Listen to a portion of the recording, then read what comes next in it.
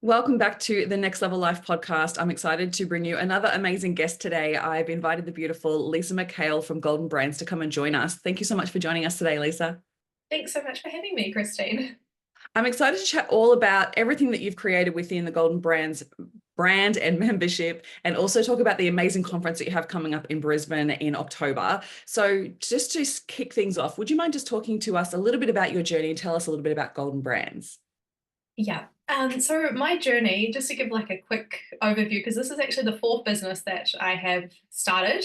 I started off as a wedding planning and stylist in Brisbane. That was my very first business when I was 24. And then I went on to have children and I sold that business. And somewhere around that time frame, I started my second business, which was a stock image based business.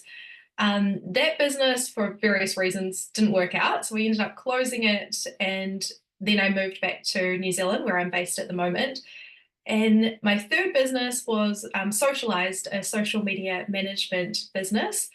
And that business grew really quickly. I ended up getting really burnt out. And long story short, I had my second son and I went on to sell that business. And it was around this time that I could start to recognize that a lot of small business owners were having all of the same problems and challenges that I had had across all three of those businesses that I had started and grown. And at the time, there really wasn't a membership platform like Golden Brands in New Zealand. And so I had this idea to create a platform where small business owners could go on those early stages of their business journey to get all of the support, the resources, the training, like everything that they need to really succeed and thrive in those early stages. And so I had a million ideas for Golden Brands. It did take a long time to get the platform actually built and to get to that launch stage. A couple of years later, after I had the idea, I ended up launching it at the end of 2022. So it's still a fairly new platform, but we've got members now all across New Zealand and Australia. We have masterclasses, group coaching, templates, resources, and we do in-person events as well across New Zealand and Australia. So that's kind of a bit of a snapshot of my business journey and where I am now with Golden Brands. Love it. Love that you share the evolution of the different businesses that you've had and how it's you literally exactly what you just said. Like every business owner has had a similar experience from all of them. Like burnout. Oh my God, is this working? Should I just close this business? Like what the hell? And then going through these evolutions and then growing too fast, like all of those key pieces. So I'm imagining that you brought so many of the lessons from the first few businesses into then what you created then with Golden Brands. Talk to us about what would you feel like the biggest lessons were that you brought into Golden Brands that you feel like you kind of held as your North Star? Yeah, there's been so many lessons. Like I've had so many failures over the years. Um, but also lots of successes too, which I think is really important to remember. Like we can get really fixated on all the times that things haven't worked out, and we often just don't celebrate the small successes and wins that we experience along the way. So I think that that is really important as a small business owner, because it's really easy to get so fixated on our vision and how far away that feels and seems, but not actually like acknowledge all of the progress and all of the action that we are taking to get closer to that vision. So I think when I started Golden Brands, I because I was so burnt out in my last business, and I realized that I just social media management was just not for me. I'm like, I don't know why I even started that business. But with Golden Brands, I think I was really clear on where I was actually heading with the business, like what my vision was, the impact that I could make in the lives of other small business owners, and also what I wanted to create for myself and my family in terms of like the freedom and the flexibility and that I was really working towards as well. And I knew that creating Golden Brands in a membership model, although it's been a lot of work, that it could eventually support me to get to that vision that I have for myself and for the business. Yeah, I love that because you're so right. Like having that vision is so important. Yet I absolutely agree with you when it comes to celebrating the small things, because otherwise it can get really disheartening because you're only looking to those really big goals. And if you haven't achieved them, you feel like a failure. And I see that with so many clients. I actually do like a celebration every single Friday within my programs, because I'm like, I want you to find something from this week to acknowledge that you've been able to achieve or you've been able to overcome, because it's in the small moments. It's actually how you take care of yourself and guide yourself and celebrate yourself every step of the way, because it's such a challenging, hard road business. And I think sometimes we can just, again, look at the social media and think that it's all roses everywhere else. And when it's hard for you, you think, oh my God, what am I doing wrong? But it's actually not the case at all. Like if you feel like it's hard, you're probably doing something right. Absolutely. We actually do that in the Golden Brands membership too. We have like posts that go up to help celebrate all of our members' wins that they've experienced. So I love that you do that. I love it. It's so important. And I feel like it's one of those things that I find that if I have someone that hasn't shared, that I'm like, what's going on over there? Like if you haven't found something, it's actually, and I challenge it even more when they feel like they've had a hard week, because I'm like, it's actually in those weeks where you've got to find something. You've got to find those glimmers. Otherwise it will just stack on top of each other week after week. It'll just get harder and harder. But if you find those moments to really acknowledge what you've been able to achieve, even in the hard times, it allows you, like for me, it's a really big self-worth builder, and it's a really big self-belief builder. And we need that in business, right? We've got to believe in ourselves. Otherwise, no one else will. So it's so key. So I love that you do that within the membership. That's just awesome. So what would you say one of the non-negotiables you brought from your last experiences into this business? Having better boundaries.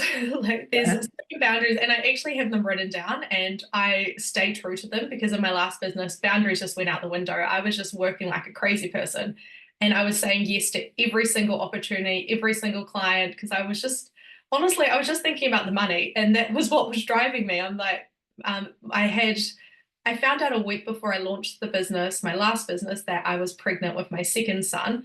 And we Wow. decided that my husband would go on parental leave. So I'm like, I need to earn as much money as possible to Talk get us. about pressure. I know, so much pressure. And I think that that was like, I was letting all the wrong things drive me in that business. And I wasn't clear on like my why or my vision or anything. I'm just like, money, money, money. What can I do to make more money? Um, and so, yeah, I feel like that's been a completely different journey now with Golden Brands, that I am actually clear on where I'm headed with the business. So talk to us about what it is that you do to uphold those boundaries now.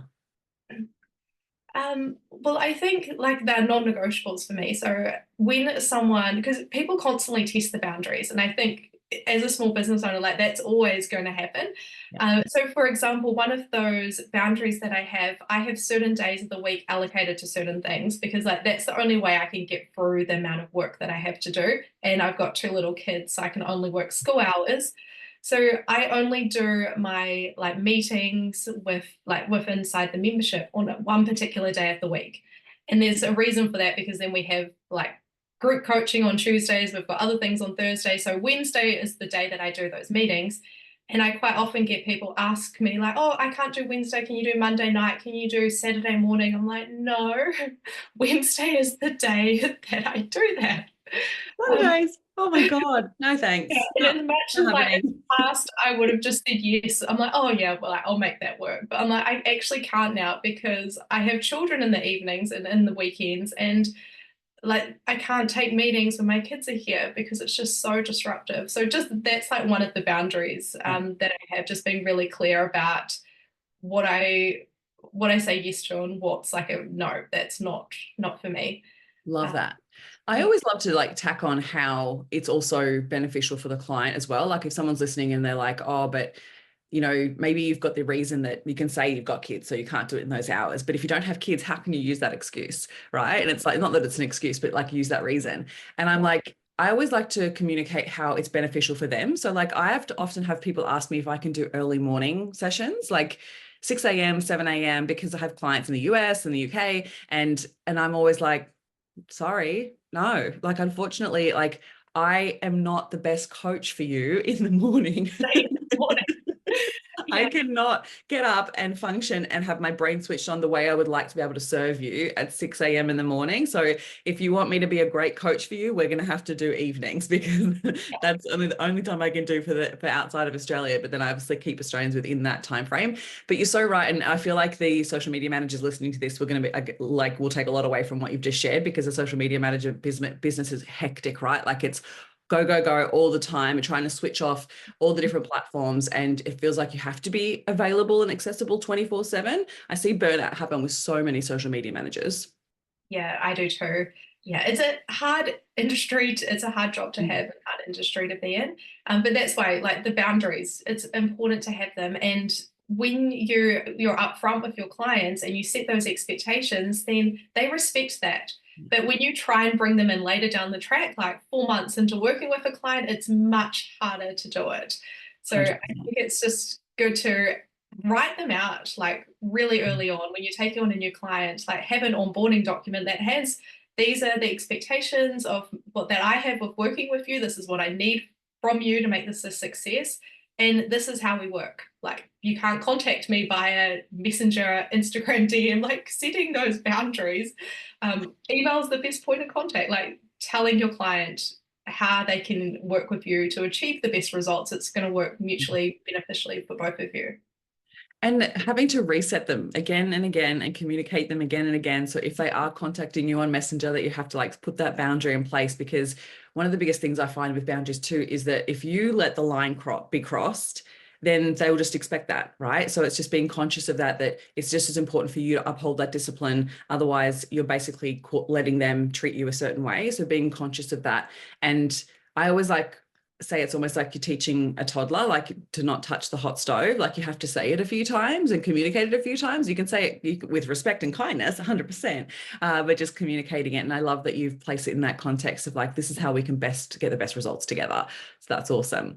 So take us back. Let's talk about the beginning of like, you got the idea for building the community online and building out the membership. Tell us about that first stage of growth before you got it online and before you launched it. What was the challenges and what were the thought processes that you had around like, how can I make this work?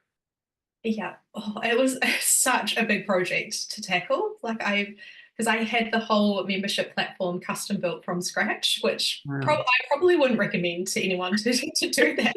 So it took like a good 6 months from, it was in June of 22, and then we launched at the end of November.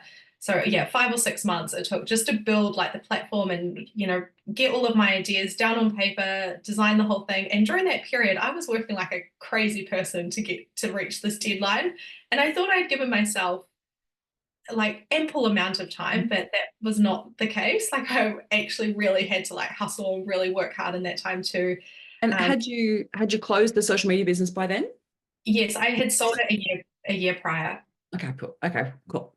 Yeah. So then I did like a little bit of contracting work in between those the two businesses. But yeah, when I decided to start Golden Brands, I had to let go of all my contracting work because I just didn't have enough time to do everything. And I had to learn so much in that 6 months too. I had to learn how to build a successful membership site. Like, how am I going to keep people engaged? How am I going to launch the platform? How am I going to run like these launch periods with like an open close cart model? Like I had never had experience in any of that before. So there was a lot to learn in terms of like actually marketing Golden Brands and then retaining the members once they do come inside, keeping them really engaged. Like that's just as big a job as getting people in there, like actually keeping them once they're in there. 100%, 100%. So you spent months building the platform and then you went to market. What were some of the things that were key to you when it came to like attracting the right clients and doing that first launch? Like tell us about that first launch. Well, I did do a beta round before we launched, which was actually really helpful because then we could build up all that social proof and testimonials and that to have for when we actually launched to everyone. So that was a really valuable like exercise to go through for the membership. But what I found I guess helpful to launch Golden Brands for the first time because one thing I did do wrong actually, I didn't have like a clearly defined niche or audience. I was trying to market to everyone, so that was definitely a good lesson to learn. It's really hard when you're trying to market something to literally every small business owner. Like I had to get actually really clear with my messaging, so that's taken a little bit of time to develop. Um, but what was great, like, is building up like in that 3 or 4 months before we launched for the first time, I spent a lot of time and energy and money in building our audience, growing our email list, running live webinars, like providing resources, lead magnets, like all of that for free to try and build our audience and interest in them, what we have to offer, and then putting them through like a nurture email sequence. I also did some in-person events as well, just to try and build up brand awareness and get people kind of excited about what was to come with the membership. So I really did a lot of marketing in that period, to help reach the right people and to get people like in our audience and into our community. Yeah. I love that. I feel like sometimes it takes so much to just build something, let alone market it. Marketing is like the whole other thing, and to make sure that we've got enough numbers in order for it to be successful. Because one of the biggest challenges that I see with memberships is if people start them at different stages in their business for different reasons. So I'd love for you to share like your idea and your goals around the membership, because obviously it was brand new business. It was something that you really wanted to create around your lifestyle and have that freedom and space, but also it's got to be profitable, right? Like it's got to be something that you can make money from. So would you mind sharing with us, like talking through that evolution of like, obviously you did the beta round, then the first launch and then the second launch, like how did you find that worked having that type of business membership model? Yeah, so from a like financial perspective with the membership model, what we offer is a low ticket offering. It's $49 a month to join the membership New Zealand, so it's like 45 maybe Australian a month. So it is a reasonably low ticket offering. So we do need to get the numbers in there for it to be profitable. So that's always been like a big focus of getting the numbers up, and that obviously comes from then building up an audience, building our email list, reaching more people. So I've really had to put a lot of time and energy and focusing on all of those things. Um, yeah, so sorry, what was the other part of your question here? Yeah, so the evolution of it, like obviously with the numbers, like what was your goals going into it? Like, did you know that going into it, you were like, okay, I'm going to have to really build this, and I'm not going to expect it to be, making hundreds of thousands of dollars straight from the get-go? Like, what was your mindset going into that? Yeah, I knew that there was going to be quite a long period where I couldn't pay myself or take a wage from the business. And I knew that from day one, because just with what we offer, like I kind of worked out from the day that we launched, I would probably need to get to at least 100 people before I could take anything out of the business, just with the amount of money that I would need to invest into it over that next 12 to 18 months. So I was very much aware of that. And thankfully, like I'm fortunate that I was in a position where I could take that risk for that period of time. And I know that a lot of other small business owners might not quite be there. And that kind of came from selling my last business and having a little bit of money there to be able to support me getting into this business. Um, yeah, so I had the goal when I started Golden Brands. Like my goal is I want to reach and make an impact on the lives of thousands of small business owners. Like that's my goal and my vision for the business. Like I can see one day that we'd be able to have thousands of members across New Zealand and Australia inside the membership. But at the moment we've got about 100, so I've still got a really long way to go, and it's definitely grown a lot quicker over the last kind of few months. The first 12 months was really, really hard. It was really hard. Like each launch period, we would get maybe like 10 to 15 new people. And it's grown a lot quicker this year since we've got like a bigger audience and we're doing more events and things like that now, which have supported that. But yeah, it was a tough, a tough 12 months. I feel like I've kind of come out the other side of that now, and I can now see the momentum in that building to get to increase those numbers a bit quicker. Love it. Thank you so much for sharing that. Like, I honestly really appreciate it, Lisa, because the reason why I asked it is because I think sometimes people go into the headspace of like, oh, I want to create a membership or a low ticket offer, and think that because it is low ticket, it's easier to sell. And it's not necessarily the case, right? It's still going to take time to build up your audience and find the right people and still go through the sales processes in order to bring people into the business. And I think that it's so good to hear you share that, because I think that's this the reality of a membership, that it takes time to build unless you already have a massive audience. Like if you have a massive audience, then you most likely can get the numbers, and then it's actually a really profitable business from the get-go. But I love that you shared that it was an evolution, and that it took time and money and investment back into the business and time into the business in order to get it to where it is today, and you are still growing it. So I just love that you shared that, because I think sometimes, yeah, I feel like some people go down the wrong path with creating a membership thinking it will be the savior for their income.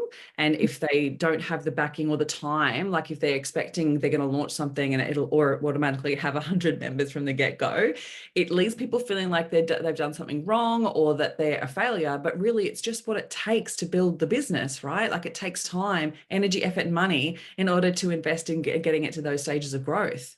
Yeah, and it did require a lot of money as well. Like that's an important thing to mention. Like I did have to spend a lot of money in that first 12 months. And I'm still spending a lot of money as well. But I started from 0 followers, like from scratch. Like I didn't have an audience from my last business or anything that I could use. Like I literally started with 0 followers, Yeah. 0 people on my email list. So it was really hard. And like now, of course, people know like on Instagram, it is a little bit harder to grow an audience when you're starting from zero. So I did have to invest quite a bit into like everything from running our events to paid ads to different collaborations, like looking at lots of different opportunities. I even explored PR and many different things to just grow our audience in that first 12 months, because I know like we need a bigger audience so that we can have more people in the sales funnel and that we can market to. Yeah. And you also took the risk to go, well, actually, I'm going to need more people outside of New Zealand. And I'm going to have to cross the waters and actually go over to Australia. And you actually came to run an event here in Brisbane. So talk to us about the idea around that. Like, obviously, like you considered the fact that you would need to attract more people. More people live in Australia, which isn't far. So like, what was your thought process around then running events here in Australia? And talk through us how you did that. Yeah, so I knew from day one that my audience would have to be outside of New Zealand. And obviously Australia is the easiest option Yeah. for me. And it's great in the membership too, because the time difference is like minimal, like until a couple hours. It still means that everything's accessible for our Australian audience and our New Zealand audience. And I know if I went worldwide, that would create a lot of problems. Yeah. Yeah, a lot of challenges. So that's why I've kind of kept it between New Zealand and Australia. Um, New Zealand's a hard market, and I find actually Australian market is a little bit easier to market inside Australia. And I think because like I lived in Brisbane for 10 years and I have a lot of friends in different businesses there, and my two of my businesses were also in Brisbane, that it just kind of made sense for me to look at doing an event there and to expand Golden Brands. Firstly within Queensland, but now we've got members like across New South Wales, Western Australia, like all kind of across the country. Awesome. Yeah, but it was a big financial commitment to do that. Yeah. But you nailed it. Like it was a great event. I went to it. It was a great event, right? So I think it's one of those things that there's a skill there that you have as well. And I'm imagining, I think you spoke about how coming from like your wedding planning days, like you knew how to run events. So talk to us about how you utilized events to actually support growing the community. Yeah, that's a great question, because I think that this has really, really helped us to grow that community, especially in the early stages. In the first year, so last year, we did maybe 8 or 9 events all across New Zealand and the one in Brisbane. And I think that like so many benefits come from running events, because it obviously reaches a new audience, creates more interest in what we're doing, brand awareness, like all of those things. But it also creates that sense of community. And it's a wonderful way that our members and other people in our audience can connect with each other and build those incredible relationships. And we often have like little collaboration challenges and things like that inside the membership. And the events have been a really great way for people to be able to meet other people that they are now collaborating with or working with or partnering on different projects or referring business to each other. Like there's so many benefits that come from the events, not just for us, but also from the people that are attending the Yeah. event. I love running events. I'm the same as you. I love running events. They're so much fun, even though like the lead up can be stressful and there's so Yeah. many moving parts and all the different things that go into play. But it's that environment that you create of an in-person event just is so worthwhile. I just love them. Like I run them regularly as well. I used to run events here in Brisbane for 3 years. And every single month that was too much. Let's be honest. I actually stopped doing it because it was way too much every single month to like try and find speakers and then have different themes and then market it. Like it was full on. But now I do them a little bit more sporadically. So I just love that you built in the event space, because you're so right. Like people are really craving community. They're really craving in person, especially after COVID, like really craving that in-person experience. experience.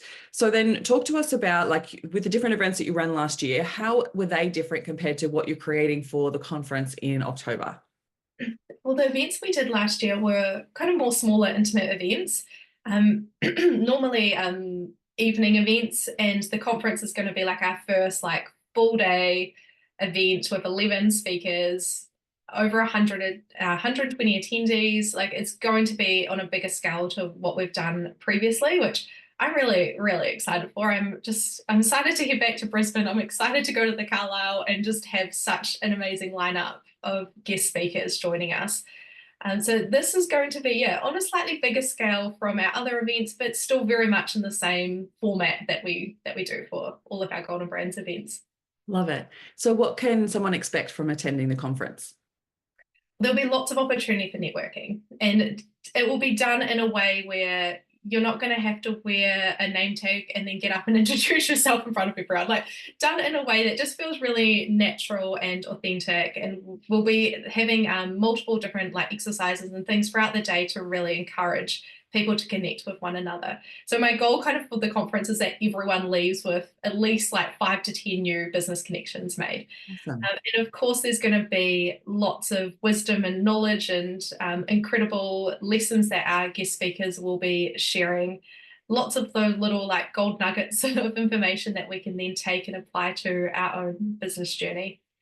And then, of course, a beautiful setting to host a conference. There'll be like amazing food, drinks, goodie bags, like all the rest of the stuff that we typically have at all of our events. Love it. And you'll also have a couple of vendors also then sharing some key pieces that you can buy as well, I heard. Yes, we are going to have a little like expedition space. So this is going to have, I think we've got about 8 vendors on board. A couple of them are our speakers and sponsors. There will actually be things to purchase. And some of these things are like my all-time favorite products. And there'll be, yeah, like everything from homewares to some business books. Yeah, I can't even think off the top of my head, but lots of beautiful items that you can yeah, check Amazing. from our sponsors and speakers.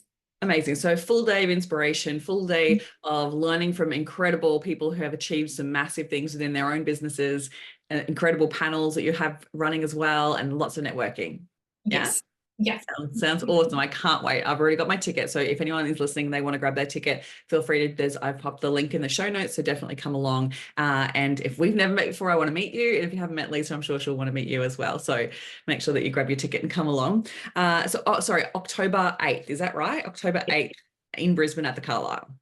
Yeah, perfect. Amazing, amazing. So cool. All right. So I'd love to just have a couple more questions. So I'd love for you to, going back to the membership, what would you say some of the biggest lessons that you've had along the way of building it to what it is today? And would there be anything you'd do differently if you were to build it again? Okay, biggest lessons. I think one lesson that I've had to learn is just to be patient. And I know that seems really obvious, but I'm like, I will have 150 members in 6 months, and 12 months I'll have 500 members. Like that's actually what I thought. And I've just had to be really patient. And again, going back to just recognizing the progress that I'm actually making all of the time.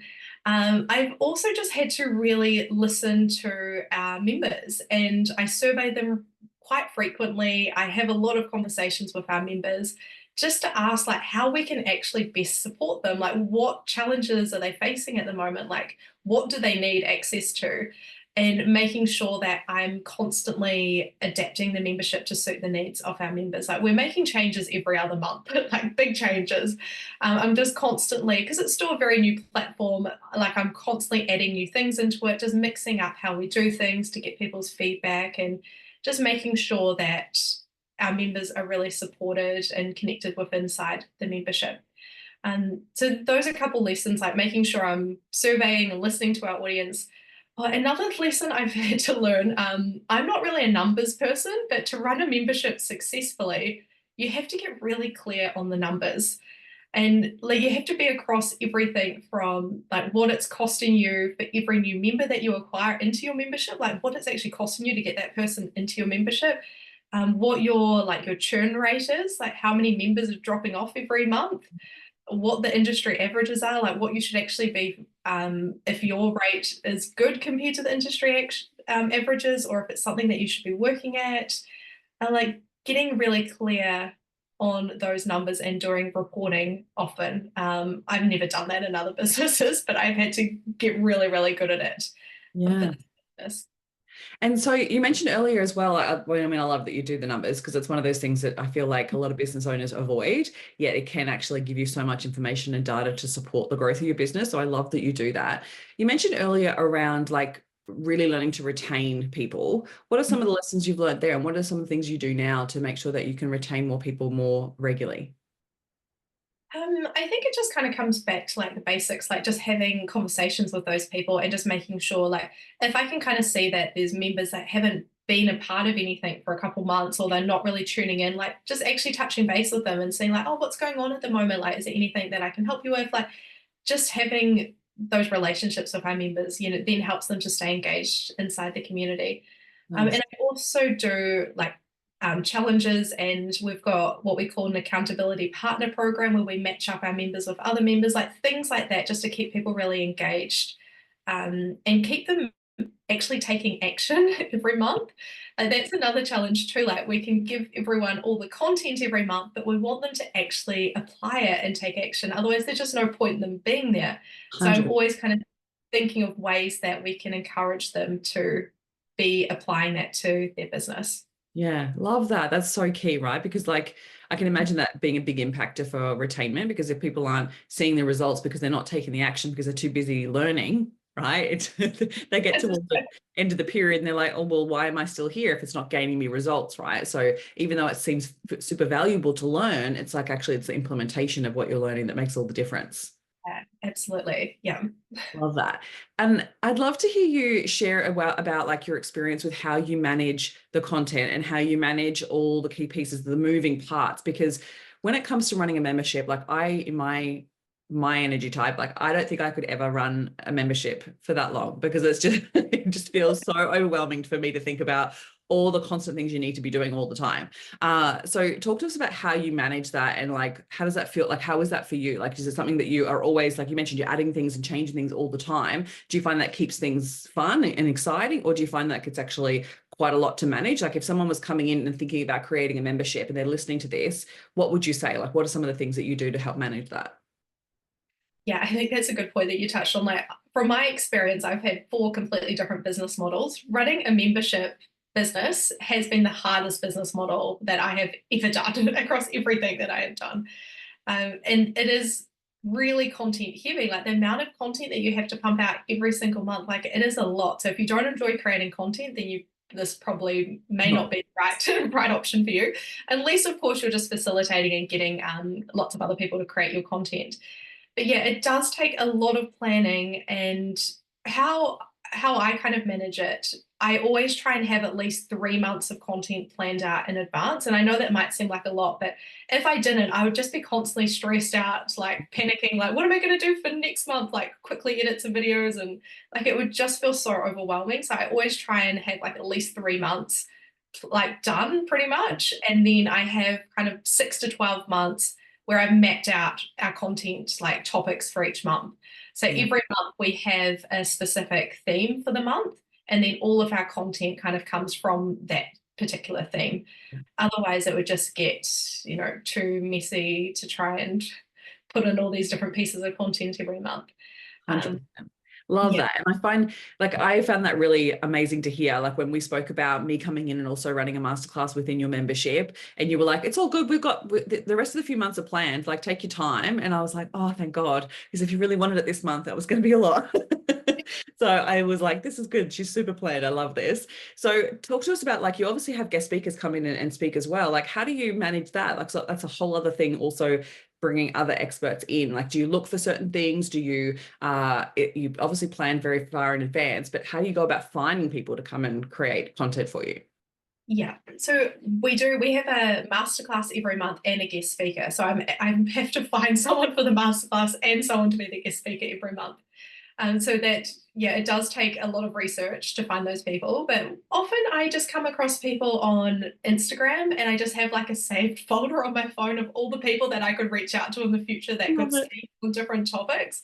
So every time I see someone who like they're jumping on a Instagram live chatting about PR, and I'm like, oh my gosh, they just nailed that. I'm like, quickly save that. That will be my topic, my speaker on PR.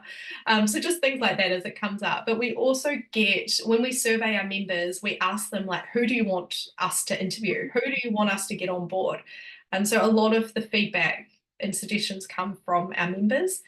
And like a lot of our guest speakers so kindly then recommend other guest speakers, which has been, I know you did, Christine, you recommended some people, but that has actually kind of been the case with a lot of our past speakers. They have recommended other people they think could be a really good fit for Golden Brands. Awesome. Awesome. That's so good. So you're building out your whole bank of people that you can tap onto. Yeah. Yeah, that's I've got awesome. a really big list of people. So good. I've got more to add, by the way. I'm always like, so many of my clients are freaking amazing that I'm just like always suggesting that they go and create more opportunities to speak. And I'm just like, you should be speaking, or they're already speaking. So I'm always like wanting to give them more opportunities. So I love that. So is there any other major lesson that you would say, like if anyone else is listening about memberships, is there anything else you'd love to share when it comes to running a membership business? I think just that it is going to be really time consuming and it's going to require you to get really good at marketing and running launch, like having launch periods. That's also something I have found with Golden Brands. In the early stages, we trialed like an evergreen where we just kept doors open all the time. Then we tried like open, close periods. We had long periods, short periods, bonuses. Like we've literally tried everything. And it does require a lot of testing to work out what's actually going to be successful for you to sell spots in your membership. And I have found having like some type of scarcity around like how many people you let in or the time that people can join, like that does help just to help people like make a decision if this is going to be the right opportunity for them or not. Often people do need like a little bit of a nudge just to get Yeah. off the fence and make a decision. And having some type of scarcity around that can be really beneficial. Love that. Yeah, it's so true. Like, it's so funny because it's like I've been talking a lot lately online around like sales tactics and stuff like that. And it's like you can use urgency and you can use scarcity in integrous ways. It doesn't have to be like, you've got to be truthful in the way that you're communicating it. But absolutely it works. Like 100% works, because if you don't have something that then creates or requires someone to make a decision, people just sit on the fence forever. Like they literally just watch and they're like, yeah, next month, next month, next month. And they never actually take action. But if you don't create something for them to be like, oh, no, I need it now and I want it now, then people will just sit there on the fence. And I think that that's where like, I love that you've tested every single type of model when it comes to the launching period. You're right. It is literally just testing and measuring, and then having to navigate different changes as well. Like I find that this year there's been some really big differences in people's buying behaviors and the length of time people are needing to make decisions and how much more discerning they are with spending their money. Like all of those types of things come into play when it comes to the shift in economy and things like that. So have you noticed anything else with regards to the beginning of this year for your business? Yeah, like this year, actually, the beginning started off really good and then it kind of went a bit downhill after that. And from a lot of conversations that we're having inside the membership, like, and I'm sure you probably know this too with your clients, like it's kind of been felt across the board that a lot of people just finding sales are slow at the moment. Like people are a little bit more reluctant to spend money. And so that does present certain challenges for small business owners. And I think like now more than ever, it's just really important to um, get your messaging really like get your messaging right and actually like directly speak to the people that you're targeting. Don't rely on ChatGPT to write your copy. Like I feel like you really need to be more authentic with how you show up and how you approach things, because there's just so much noise. And you like when you write any of your copy or sales emails or anything with ChatGPT, not bagging it out, you can use it effectively to help you, but people just want like real, authentic. They want to hear from you, like as a real person, and they want you to be really vulnerable and truthful, and just show that Mm. um, that raw side of you. Well, that's what I found. Realness. Yeah. Yeah. Yeah, the realness, right? Because I think the other key thing that's showing up in the market is people want to know whether it's going to be the right fit for them. Like, I think that there's less spending in frivolous spending, or less spending in a space of like, oh, it might be the right fit, I'm happy to spend my money here, where people more now are like, no, no, no, I want to know, is this going to give me what I want? And so they're so clear with that. And so if your messaging is like wish-washy, or if it's like, oh, it could, or if you're not really clear on your ideal client, then 100% people are like, nah, like major red flag, we're going to go over here. And so that can feel really challenging. But I feel like for this year, I've really like listened to that from members and from my mastermind clients, and being like, okay, so how can I really hone in on how I'm different, and really hone in on what we create that's different? How do we hone in on who it's for and who it's not for? And it's been like this almost like further niching in a way, which feels super uncomfortable, like super uncomfortable, because I want to help everyone. But it's one of those things that if you don't communicate the differences or who you're really for, then it can all cause that indecision for people. And I think that that's what's really showing up for people, is that people have been burnt before. They've bought into stuff that didn't actually deliver. They've bought stuff that they thought was one thing, but it was actually another thing. So I think that people are just being much more savvy now. I think it's not just the economy. I think it's just the evolution of buying behaviors. Yeah, and I think what you mentioned too, like actually having some type of niche, as much as we all want to just market to everyone. Like when I started Golden Brands, I didn't want to even put that Golden Brands is for women. I'm like, nope, it's for everyone. I don't want to be, this is only for women. If a male can benefit from it, then absolutely they can join. And we do have a couple males, but 98% of people are women. Yeah, so even just that, like I was trying to market to literally every single small business owner, regardless if they were service-based, product-based, um, yeah, regardless of what industry they were in. And then I did have a couple of people join in, and then I realized, okay, maybe Golden Brands isn't quite For the right. everyone. Yeah. And so I've actually had to really get clear on who it's for now. And it is more for service-based providers, creative service-based providers, and in the early stages of their business journey. But it's taken me a whole year to come to that realization. I did the same thing, Lisa. Like honestly, like I've been running Elevate Mastermind, and I had let a couple of product-based businesses come into that early on because I wasn't clear. And like before actually it was even Elevate Mastermind, it was Elevated. It was a different program, and I've been evolving it. But like I was like the same. It's for everyone. If you're a woman in business, it's for you. And so then I had a few people come through, and look, they loved it. I got great feedback from it.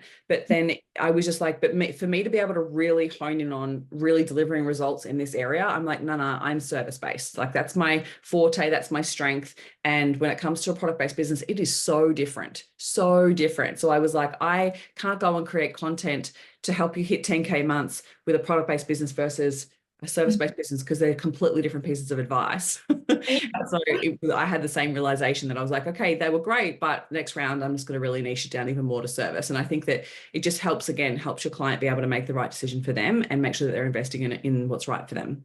Yeah.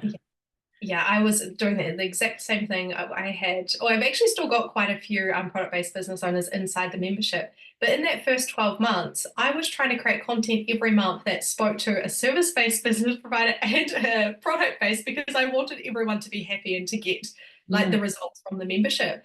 And I'm like, I actually can't do that because it is so different. And I personally have never owned a product-based business, so I don't have that expertise in that area. And I had to just realize that. And we still have lots of e-commerce businesses in there that love it for like the marketing and all of that side of thing. But the network and the people, the connections. Yeah. yeah, Sure. yeah, I have had to get clear on who it's actually for. Love it. Amazing. So good, Lisa. Thank you so much for sharing everything with us today. I really appreciate you taking us behind the scenes of what it's been to create a community online and all the challenges that come along with running a new type of business. And I just love all the lessons that you've had along the way, even though, yes, but you've shared the hard stuff too, which I think is really cool. So I'd love to like flip it. I would love for you to share what are some like 2 things that you've had that have been major wins that you're like so proud of. From my whole business journey.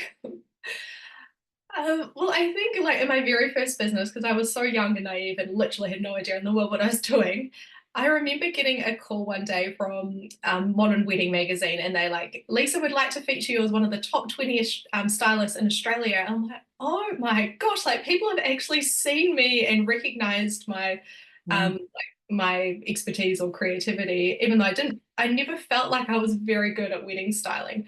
And I think just having like that external acknowledgement that like you are actually good at this, like you're doing something right. I'm like, and then it just kind of gave me that motivation to just keep going.